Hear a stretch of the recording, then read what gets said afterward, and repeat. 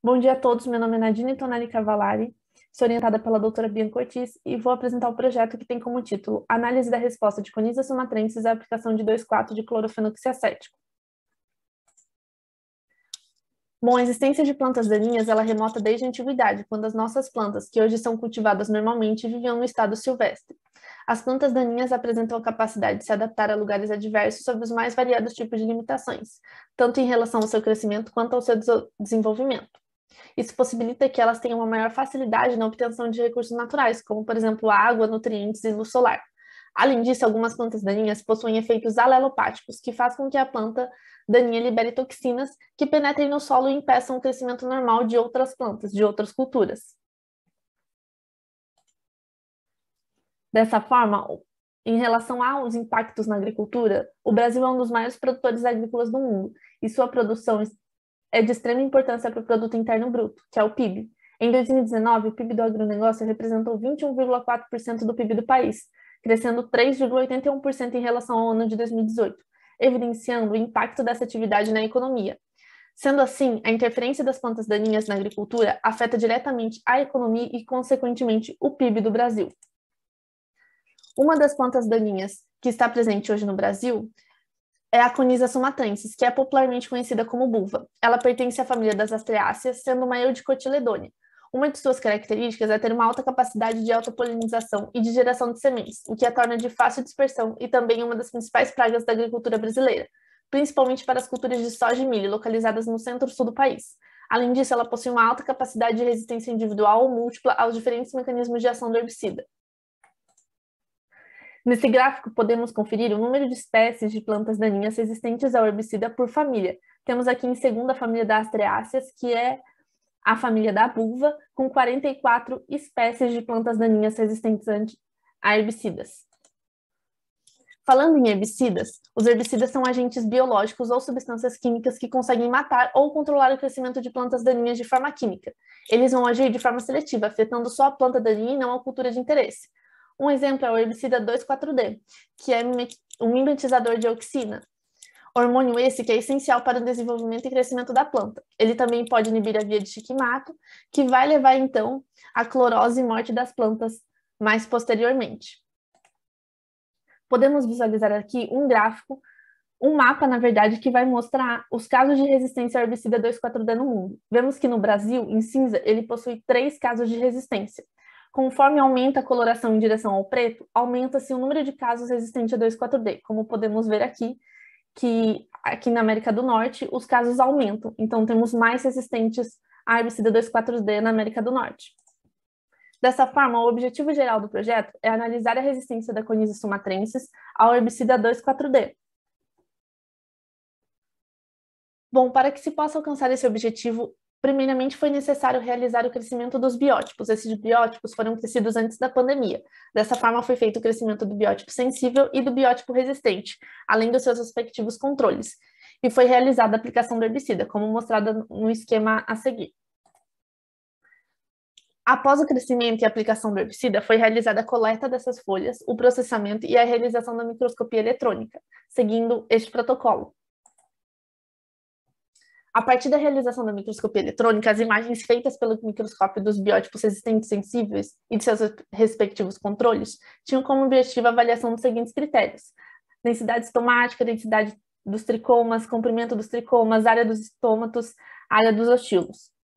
Além disso, foram analisadas também por microscopia eletrônica as imagens do experimento de cinética.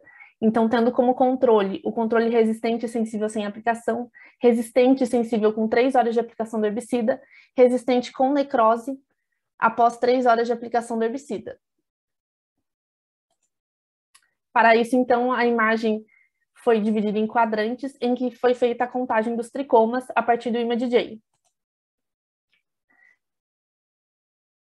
O resultado que a gente obteve com o crescimento do biótipo sensível à aplicação do 2,4-D é possível visualizar nessas 3 imagens, de 24 horas, 7 dias e 30 dias. Como pode-se ver, até o 30º dia não havia acontecido nada com a planta, porém, a partir dessa data, começa a acontecer a necrose que levou à morte da planta, como podemos ver na terceira imagem.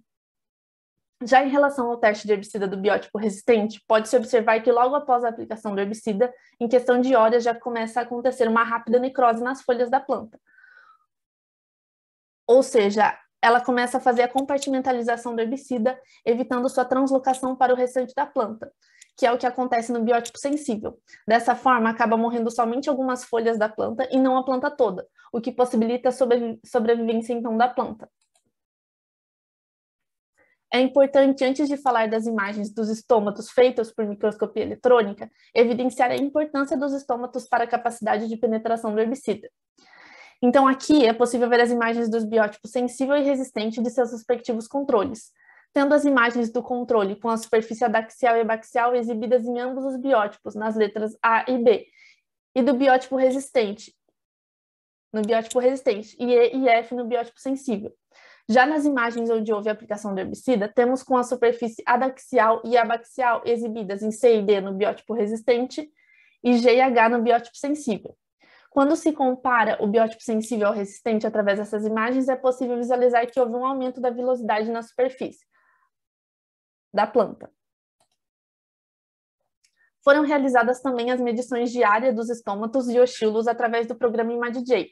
Após foram realizados os testes estatísticos. Foi feito o teste de análise de variância ANOVA e em seguida o teste de Tuck, nos resultados que apresentaram um P inferior a 0,05. Apenas foi encontrada uma diferença significativa nos resultados de área dos estômatos da superfície abaxial. Dessa forma, pode-se observar através do gráfico e do desvio padrão que no tratamento não tem nenhuma diferença significativa. No entanto, quando comparado entre o tratado e seu controle, pode-se observar que houve um aumento na área dos estômatos do biótipo sensível tratado em relação ao seu controle. Bom, em relação à análise dos tricomas feitas pelo IMADJ, feitas por média, é possível observar o aumento dos tricomas na parte adaxial do biótipo sensível em relação ao controle e a diminuição da resistência em relação ao controle também, da resistente. Também vale evidenciar que na parte adaxial houve um aumento da quantidade de tricomas do biótipo sensível e uma diminuição no resistente quanto comparadas ao controle. Dessa forma, então, no resistente, a quantidade de tricomas por área na face adaxial foi reduzida em folhas do biótipo resistente submetidas à aplicação do herbicida. Essa diminuição foi maior em folhas que não apresentaram áreas necróticas. E no caso do sensível, foi observado um aumento da quantidade de tricomas, tanto na face adaxial quanto na face abaxial, em resposta à aplicação do herbicida. As imagens de tricoma foram analisadas no IMADJ e, em seguida, os dados foram submetidos aos testes de análise de variância ANOVA e, em seguida, ao teste Tuck, nos resultados que apresentaram P inferior a 0,05. Dessa forma, dos testes que possuem uma diferença significativa, foram obtidos os gráficos de densidade de tricomas por área nas superfícies abaxial e adaxial dos biótipos sensível e resistente. Nesse primeiro gráfico de densidade de tricomas na superfície adaxial, é possível visualizar que entre o tratamento não houve uma diferença significativa dos dois biótipos. Porém, quando comparado o sensível ao tratado, o sensível tratado e o seu controle, é possível visualizar que houve uma diminuição da densidade estomática. Já no segundo gráfico, em relação à superfície abaxial, novamente não houve diferença no tratamento. Porém, quando comparados o biótipo sensível ao seu controle, é possível ver uma diferença de resultado e uma diminuição do número de tricomas por área quando comparado ao controle. Em relação à microscopia óptica, foi realizado também a microscopia óptica das amostras, tanto do biótipo resistente como do biótipo sensível, em relação às imagens do biótipo resistente. Na primeira imagem, conseguimos visualizar a estrutura anatômica da folha, sendo ela anfiostomática, possuindo estômatos tanto no epitélio adaxial como no epitélio abaxial. A gente consegue ver na parte superior a epiderme adaxial e logo abaixo a camada de parênquima palissático. Em seguida, temos 3 ou 4 camadas de parênquima lacumoso e abaixo a epiderme abaxial. Em relação à segunda imagem, após a aplicação de 2,4-D, observa-se que houve uma mudança da distribuição das células do mesófilo e o distanciamento entre elas, além de que o epitélio adaxial e abaxial apresentam um enrugamento e uma desestruturação da desoventralidade da folha. Além de que não é possível visualizar as delimitações da parede celular e o conteúdo citoplasmático. Em relação ao biótipo sensível, através da microscopia, pode-se visualizar que também, como no anterior, é uma imagem de estrutura anatômica da folha, sendo ela também anfiostemática. Na primeira imagem pode-se ver o epitélio adaxial acima, logo abaixo também uma camada de parênquima palissádico, 3 ou 4 camadas abaixo de parênquima lacumoso, e abaixo o epitélio abaxial. Pode-se ver também que no epitélio abaxial há um tricoma, sendo ele multicelular unicelular, e tector. E na segunda imagem é possível ver que após o tratamento houve um possível aumento do mesófilo. Dessa forma, é possível visualizar então no gráfico com os dados obtidos preliminarmente, feitos a partir das análises das imagens de microscopia ótica, que é possível ver que o biótipo resistente com 2,4-D houve uma diminuição no mesófilo da epiderme também adaxial e da epiderme abaxial. Em relação ao biótipo sensível com 2,4-D, houve um aumento da epiderme adaxial, do mesófilo e da epiderme abaxial.